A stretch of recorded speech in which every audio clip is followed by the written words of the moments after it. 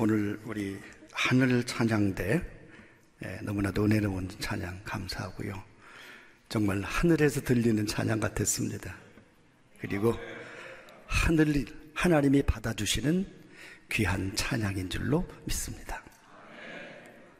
설교하는 사람들은 항상 이렇게 인사를 해야 됩니다. 성가대한테 잘 보여야 되니까 우리 하늘 찬양대 위해서 한번 제가 박수를 부탁하고 싶습니다. 박수를 한번 격려하시기 바랍니다.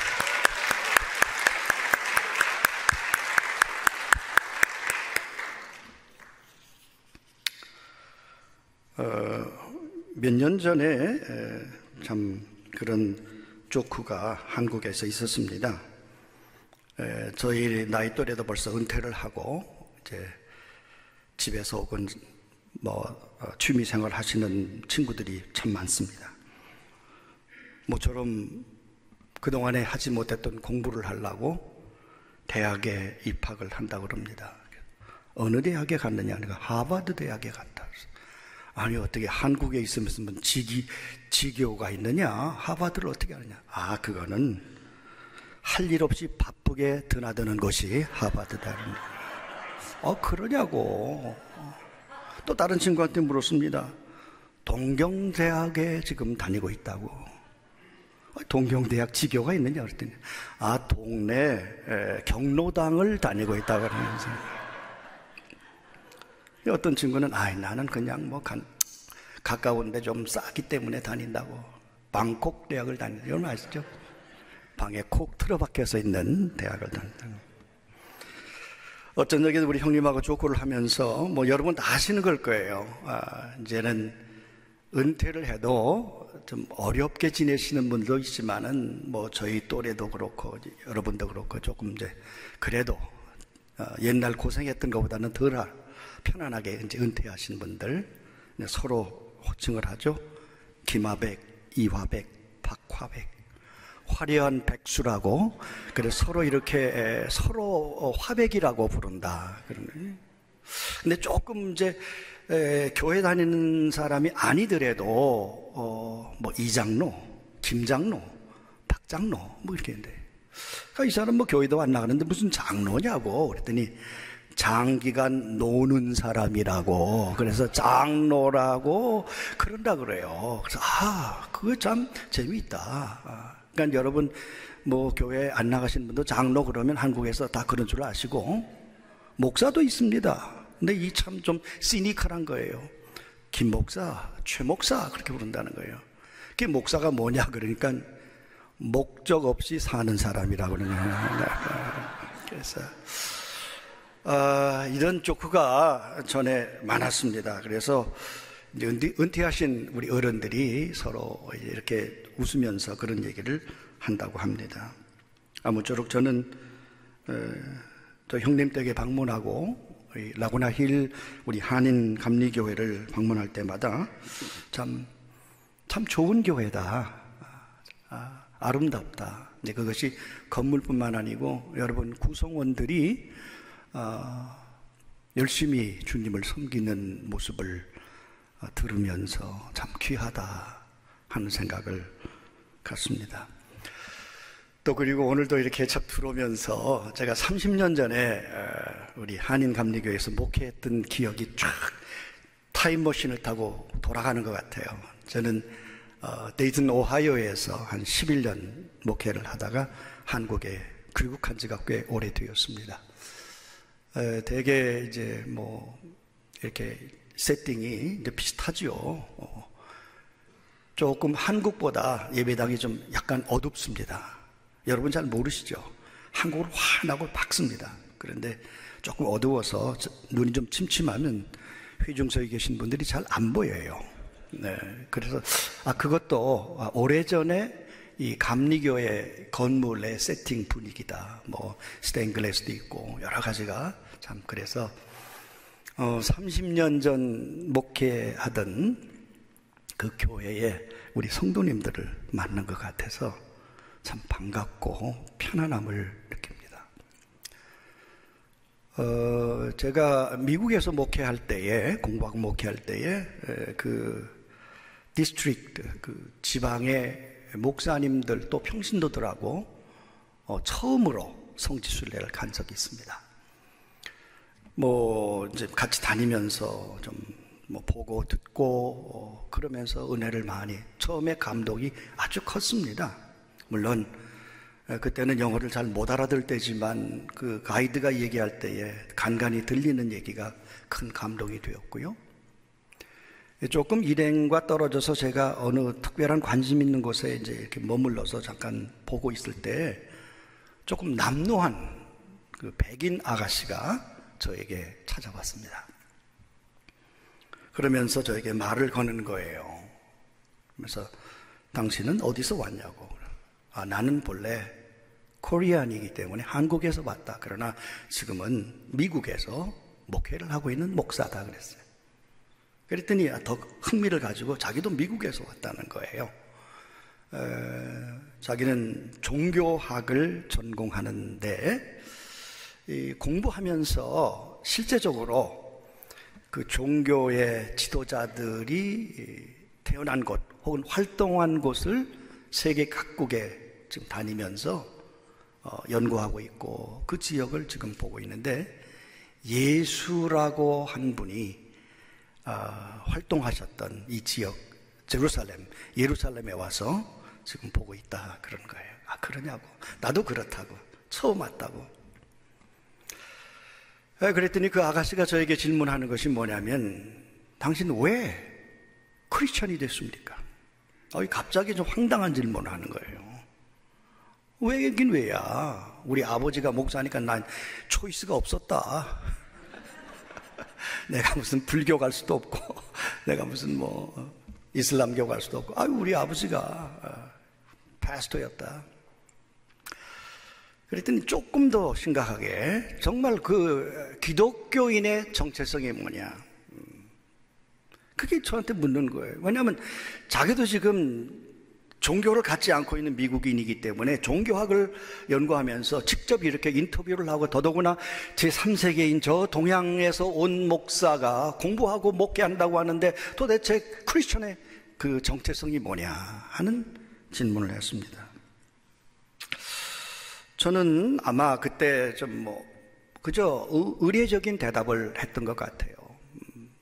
그저 신학적으로 또 제가 알고 있는 것을 가지고 좀 힘겹게 얘기를 한 것 같아요. 그리고 이제 얼마 대화한 다음에 그 아가씨하고 헤어져서 본 팀으로 돌아왔습니다. 그날 저녁에 호텔에서 잠을 자는데, 내가 기독교인이 된 것이 단순히 아버지가 목회자고 그 문화 속에서 자연스럽게 받아들인 것 때문에 크리스천이 됐을까? 그거는 하나의 과정이겠죠. 그러나 적어도 나와 주님과의 관계가 뭐였느냐가 더 중요하거든요. 결정적으로 예수 그리스도가 내 삶 속의 주인이요, 내 삶의 마스터가 되는 것이 무엇이냐는 것이에요. 그 이유가 뭐냐는 거예요. 그 고민을 시작하고 그 뜻을 깊이 생각하면서 그렇구나. 항상 우리는 이 교회 생활이 거의 일상화되어 있잖아요. 신앙생활이 그저 늘 익숙해 있어요. 그런데 중간중간 자기의 정체성, 우리가 믿고 있는 기독교에 대한 기본이 뭐냐라고 하는 것에 대한 생각을 하지 않으면 그 어떤 가야 될 길, 해야 될 사명과 나도 모르게 멀어질 때가 있다는 것이죠.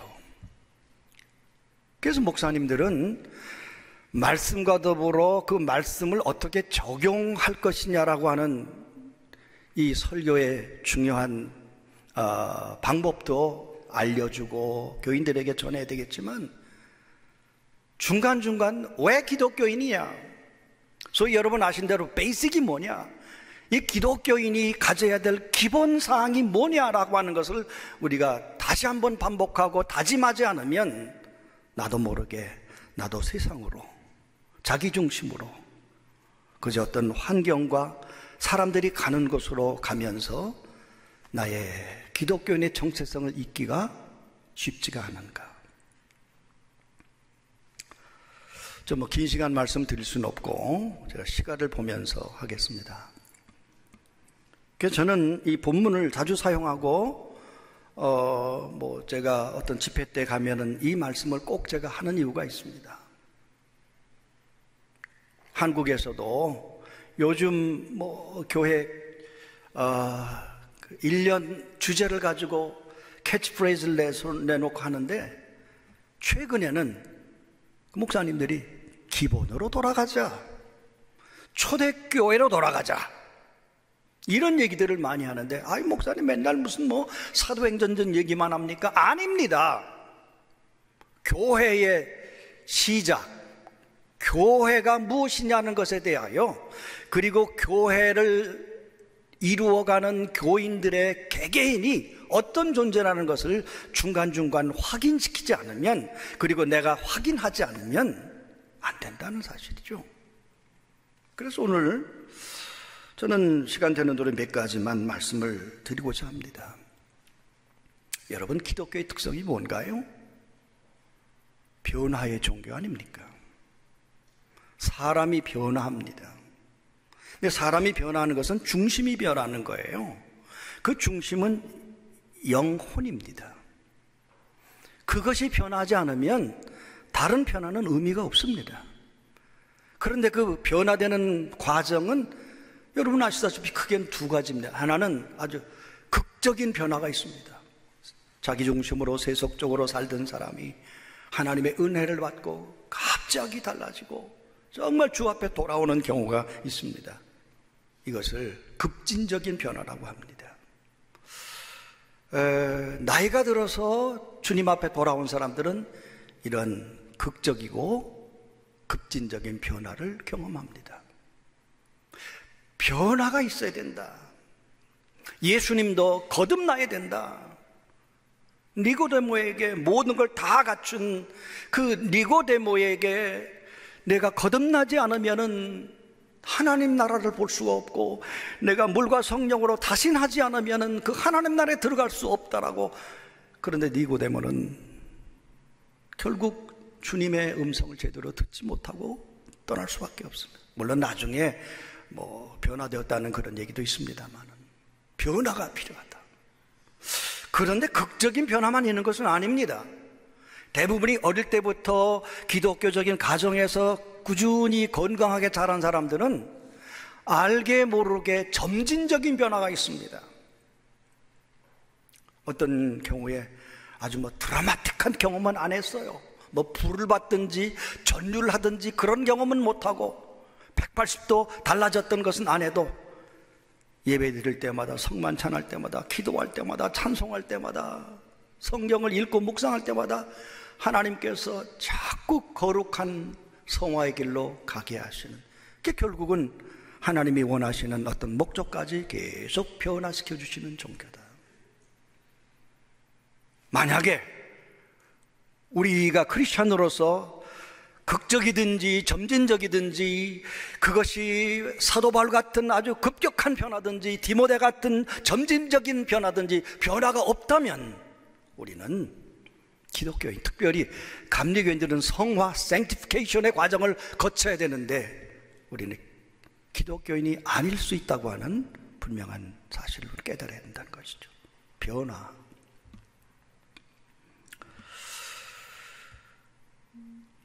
둘째로는 기독교를 믿고 신앙생활하면은 기본적으로 오늘 성경 본문에도 있습니다만은 주시는 것이 있다, 받는 것이 있다는 거예요.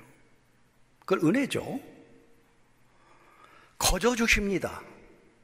예수를 영접하고 믿으면 아무런 조건 없이 주셔요. 근데 그 주시는 것이 무엇이냐? 굉장히 많습니다.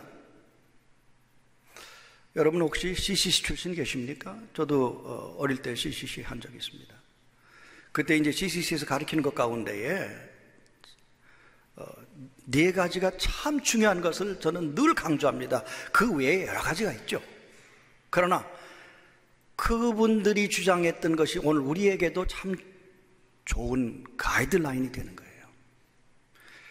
우리 번역된 거에는 이렇다 그게 그거지만, 훨씬 영어 CCC 교재에 보면 그 사형리에 보면은 분명하게 나오는 것들이 있어요. 예수를 믿고 영접한 사람들이 얻게 되는 받은 선물이 있는데 그 선물은 뭐냐? 첫 번째는 용서, 영어로 pardon. 태어나고 죄 가운데 죄가 뭔지도 몰랐는데 예수를 믿게 되신 거예요. 그럼 제일 먼저 하나님 우리에게 주시는 선물이 바로 용서라고 하는 pardon, 용서를 주셨다.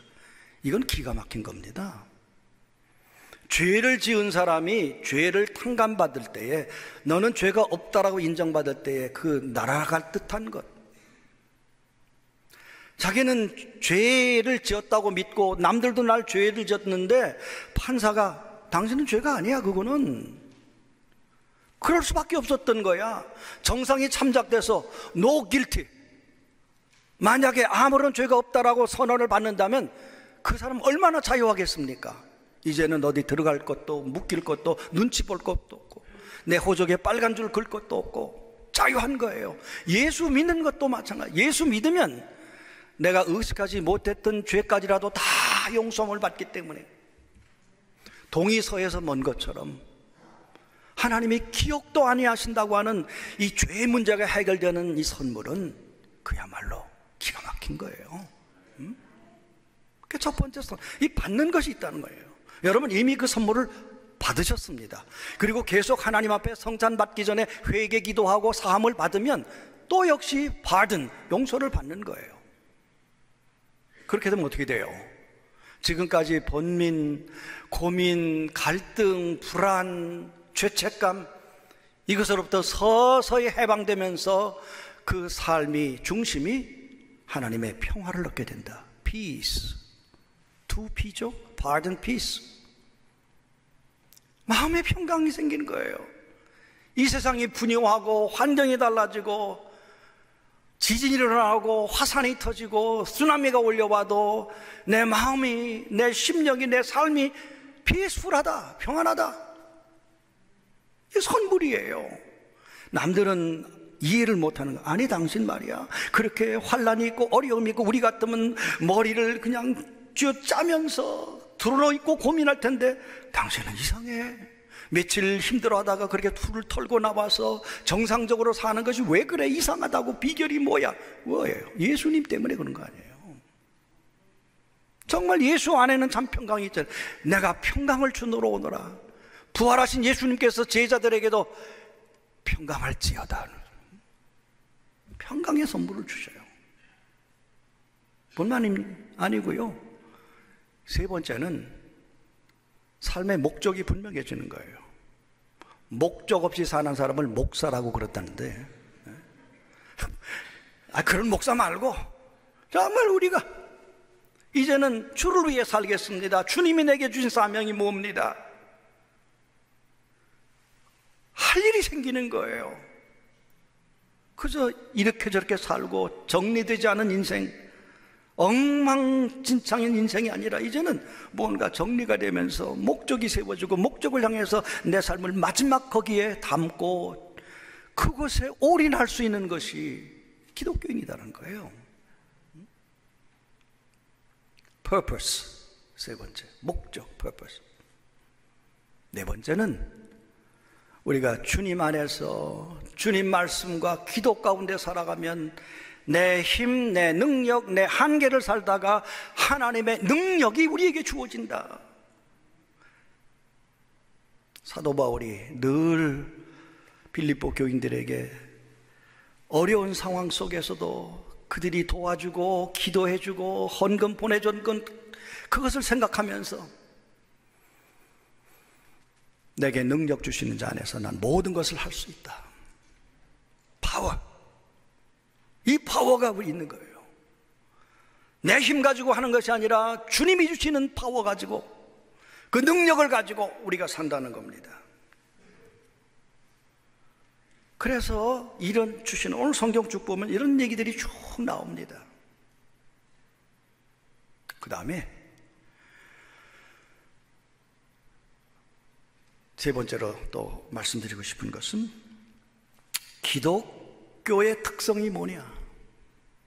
오늘 본문에 나왔어요. 다른 종교는 믿는 자, 따르는 자, 신앙인이 희생하기를 원해요.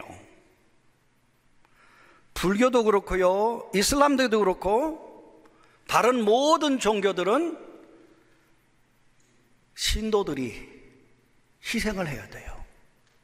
물론 우리도 예수님 닮아서 산 제사가 우리 삶 속에 있어야 된다고 사도 바울도 말하지만 그거는 우리가 먼저 할 것이 아닙니다. 하나님 자신이 희생하셨어요. 예수님이 희생하셨어요. 하나님 자신이 아들로 자기 자신을 버려서 제물로 바치셔서 그 제물을 받아들이고 믿는 자들에게는 자유함도 있고 선물도 주시고, 이걸 다른 종교에는 없습니다. 기독교만 유일한, 소위 신이 희생한, 하나님이 자기 자신을 버리신, 예수님 자신이 하나님으로서 엘리 라마 사막다니 그렇게 부르짖었던 종교가 기독교예요. 그렇게 하셨기 때문에 우리는 희생도 거기에 대한 반응으로, 믿음으로 하나님 앞에 헌신하고 충성하는 것이지, 하나님은 먼저 우리가 이렇게 애쓰고 희생하면 내가 너희를 구원하리라 말씀하지 않으셨어요. 아무 공로가 없습니다. 왜? 하나님 자신이 자기 자신을 피 흘려 죽으신 거기 때문에 그것만 우리는 믿고 영접하면은 우리의 삶은 이렇게 새로워질 거예요.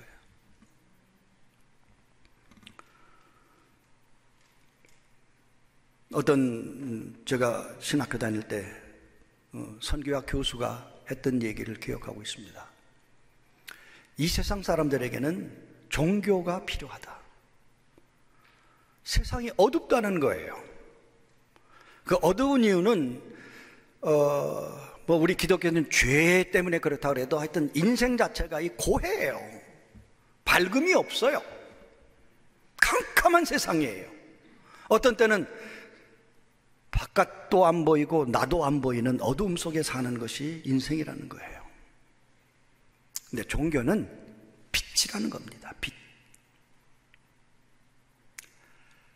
별빛 같은 종교가 있습니다.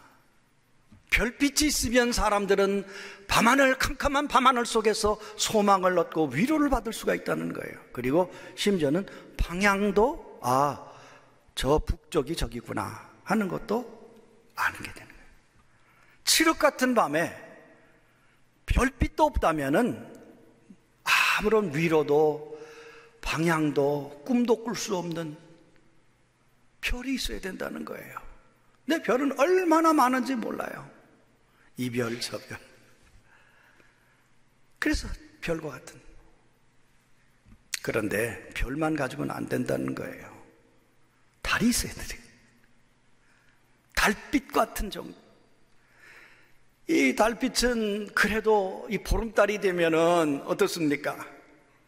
눈이 올 때 혹은 보름달만 떠도 달 그림자가 있잖아요. 칠흑 같은 밤인데 달이 있으면 걸어가기가 훨씬 쉽습니다. 여러분 잘 모르시지만 옛날 우리 시골에 살을 때는 보름달 그 달만 있어도 훨씬 어두운 산길, 논길 가는데 도움이 돼요. 왜? 보이니까 어느 정도. 이런 종교를 가르쳐서 소위 유일신 종교, 신이 다신, 여러 신이 있는 종교는 별과 같다면은 이 달 같은 종교가 신을 하나 믿는 종교예요. 우리 기독교뿐만 아니고 유대교나 이슬람교나 그 밖에 있잖아요. 그런데 그 선교학 교수가 했던 말은 우리가 믿는 기독교, 크리스티애니티, 기독교는 햇빛 같은 종교다. 예수님의 그 광명이 환하게 떠오르면 별도 필요 없어요. 달도 보이질 않아요. 모든 것이 백일에 다 드러나고 아름다운 것이 생명이 꿈틀대기 시작하고 변화가 있고 생산이 생기고, 그러면서 그런 얘기를 얘기할 때 맞아 참 기가 막힌 비운에 햇빛 같은 하나님. 그러면서 그 교수가 하는 말 아마 여러분도 들으셨을 거예요. 스타라이트가 있고 문라이트가 있고 선라이트가 있다. 선라이트는 SON 라이트라고, 아들의 빛이라고, 예수 그리스도의 빛이라고. 그 빛이 비치면은 세상은 소망이 있고 생명력이 넘치는 종교가 된다고. 그때 제가 어릴 때 들었던 것은 평생 잊지 못하고 틈마다 써먹는 거예요. 그렇구나, 우리 주님의 빛은 태양빛이다. SUN 선라이트지만 SON 그 아들의 빛이다, 예수의 빛이다, 생명의 빛이다. 그러면서 막 전하는 거예요. 한국에도 젊은 청년들이 그런 비유를 들면은 잘 들어요. 그렇구나. 청년들에게 너희들이 믿는 예수 그리스도는 태양빛이야, 아들의 빛이야, 어떤 빛과도 비교할 수 없는 최고의 빛이야. 그분이 길이요 진리요 생명이라고 말씀하신 분이야. 다른 길은 없다. 다른 길은 없다. 다른 대안은 있을 수도 없다. 이것은 도구마 단순히 교리뿐만 아니요, 우리가 독선으로 하는 것도 아니고 이것은 우리가 믿어야 되는 유일한 기독교의 확실성이다라고 말하고.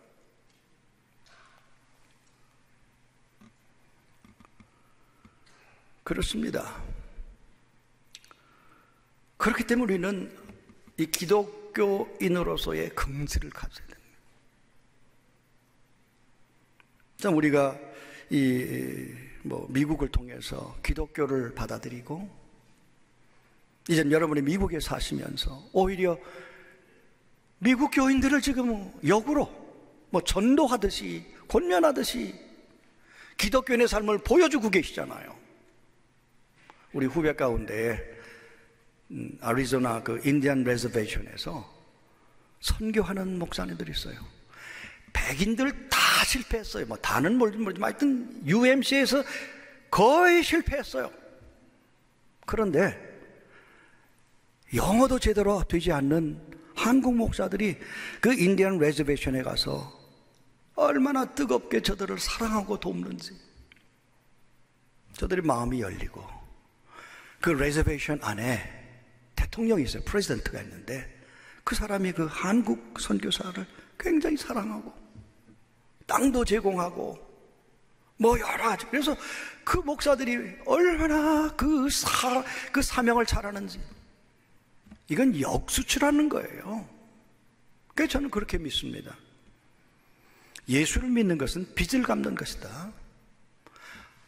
예수 그리스도를 통하여 하나님 우리에게 주신 그 빚이 있어요. 사랑의 빚이 있는데 받은 은혜를 이제는 갚고 살아야 돼. 그것이 무슨 돈으로뿐만 아니고 내게 받은 은혜, 내게 주신 특별한 은사, 이러는 것을 나누면서 살아야 된다. 여러분처럼 이제는 움켜쥘 필요도 없잖아요. 더 가지려고 애쓸 수도 필요 없어요. 이제는 있는 거 나눠주다가 결국 하나님 부르시면 가는 거다. 그래서 마지막으로 말씀드리고 싶은 것은 기독교인들만이 하나님의 빛을 받아서 어두운 세상을 비칠 수가 있어요. 변화받은 내 자신이 우주라고 한다면 내 중심이, 내 영혼이, 내 혼이, 내 영이 변화됐기 때문에 이 세상의 변화의 촉진제가 돼야 된다. 이 세상을 변화시켜야 된다. 그리고 변화시킬 수 있다. 한꺼번에 어떻게 변화를 시킵니까? 그럴 필요도 없고 그럴 수도 없지만 적어도 내가 살고 있는 삶의 정황에서, 그 영역에서 그리스도의 정신으로, 그리스도의 사랑으로, 말씀으로, 성령의 도우심으로 조금씩 증오를 사랑으로, 미움을 이해로, 나를 이용하려고 하는 철저히 자기중심으로부터 이타적인 삶을 통해서 제가 한국에서 몇 교회를 지금 다니면서 목회를 하고 있습니다. 이제 제가 섬기는 교회는 강남 중심 역삼동 테란로 바로 뒷골목에 있는 교회예요. 내년이면 70년 된 교회입니다. 교회는 그렇게 크질 않습니다. 목회하기가 그렇게 쉽지 않습니다. 그 교회를 섬기기 전에 제가 저 논산 제일감리교회로 100년 넘은 교회에서, 거기는 교회가 시골이지만 꽤 크고 교인들이 열심히 교회입니다. 이제 그런 지역에서 목회를 하면은 그 지역의 뭐랄까요, 유수한 사람들과도 모임을 갖습니다. 가령 검찰청 지청장, 또 법원 지청장, 무슨 교육장, 저는 기독교인들의 대표에서 경찰서장, 이런 사람들과, 때로는 그 지역의 시의원들, 그분들하고 만나서 이제 대화를 한 달에 한 번 정도 식사를 합니다. 거기에 종교인은 저하고 무슨 어떤 때는 신부도 오기도 하고 중도 오기도 하는데, 밥만 먹습니까? 모이면 한잔 하는 거죠. 저한테도 권유할까요, 안 할까요? 처음엔 권유합니다. 그래서 제가 아주 점잖게 사양을 하죠. 그렇다면 그다음부터는 권유 안 하죠. 신부는 같이 이렇게 벌겋게 다 취하고, 중도 땡중 같아요, 그 사람들. 중도 적당히 다 하고. 근데 이 사람들이 이제 취기가 오르고 조금 좀 자연스러우면 저한테 다가와서, 목사님, 제가 어릴 때 교회 나가서 지금은 안 나가요. 그런 사람들이 많아. 제가 이 돌아가는 이 한국 사회의 이 지역을 보면서 그래도 어떤 변화와 이 세상이 무언가 달라져야 되는데 그것을 맡길 곳은 제가 볼 때는 아직은 기독교밖에 없습니다. 목사님, 좀 수고 좀 해주세요.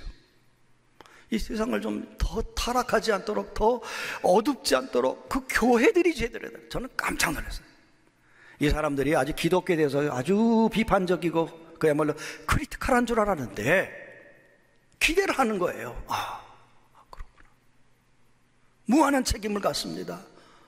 더 교인들에게 와서 이 지역을 변화시킵시다. 여러분이 지금 일하고 있는 그 시장을 변화시킵시다. 일하고 있는 삶의 공장을 변화시킵시다. 그 함께 일하는 농촌을 변화시키고, 또 그 외국에서는 노동자들을 변화시키기 위해서는 내 자신이 변화되어야 된다. 저는 오늘 성경 말씀을 보면서, 그래, 부족하지만 말씀과 성령이 있는 곳에는, 예수 그리스도의 인격이 담겨 있는 곳에는 그 사람은 어디든지 이 세상을 변화시킬 수 있다. 그래서 예수님 말씀처럼 세상의 빛이라, 세상의 소금이라. 정말 그렇습니다. 바로 여러분과 제가 세상의 빛이요 세상의 소금이 되어서 썩지 않도록 하고 맛을 내게 하고 참 삶의 의미가 무엇인지를 알려줄 수 있어야 된다는 거예요. 존경하는 우리 라구나 힐 한인 감리교회 성도 여러분, 저도 이제 목회 남은 연한이 얼마 되지 않습니다. 그래서 저는 은퇴하면 이쪽으로 올까? 라고 우리 또 임 목사님이 강추를 합니다. 돈을 좀 마련해야 되겠어요, 그러려면. 참 사는 게 과거에 어떻게 살았냐 참 자랑스럽고 좋지만 지금 어떻게 사느냐가 더 중요해요. 지금 미래를 바라보면서 주님 우리의 삶을 부르실 때까지 어떻게 의미 있게 사느냐, 주님 주신 선물을 기억하고 주님의 은혜를 기억하고 우리가 몸담고 있는 교회, 하나님이 세우신 이 교회를 통하여 어떻게 우리가 그리스도의 사랑과 은혜를 나눌 수 있을까? 이것이 저와 여러분의 목표가 되지 않겠는가. 아마 제가 이렇게 쭉 내려다 보니까 저보다 젊으신 분들은 몇 분 안 되는 것 같아요. 뭐 이쪽 라구나 우드 커뮤니티가 뭐 평균 77세? 아이고, 저는 아직 애기입니다. 애기. 거기에 비하면 70도 안 됐으니까. 그래서 큰 기대를 가지고, 하나님, 제 남은 목회도 그렇고 남은 삶도 그저 먹고 쉬고 그저 목적도 없이 사는 목사로 살지 말고 목적이 있는 하나님의 자녀로서, 하나님의 일꾼으로서 이 기독교인의 정체성을 조금이라도 훼손시키지 않고 살아갈 수 있도록 성령님 도와주세요. 성령님 역사해 주세요. 하나님이 여러분을 사랑하시고 교회를 사랑하십니다. 하나님이 세우신 우리 김 목사님과 김 목사님을 사랑하십니다. 네, 김 목사님 처음 봤는데 사회를 너무 잘 보는 거예요. 아주 위트 있게. 이러면 쉽지 않습니다. 모든 다 합력하여 손을 이루듯이 우리 라구나 힐 연합 한인 감리교회가 그 사명을 함께 나누시면서 주 앞에 충성하시기를 주 이름으로 간절히 부탁을 드리겠습니다. 기도하겠습니다. 거룩하신 주여, 고맙습니다. 부족하고 연약한 종을 주님이 세우신 아름다운 교회의 이 설교석상에 세워주시고 우리 성도님들과 주의 종들과 함께 나눌 수 있는 은혜의 시간 주셨음을 감사합니다.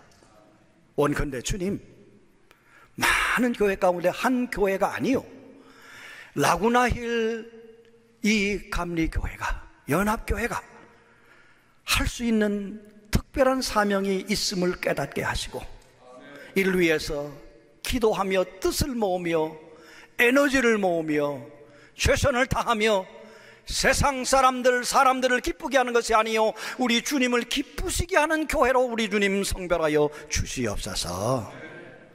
존귀하신 예수님의 이름으로 기도하옵나이다. 아멘.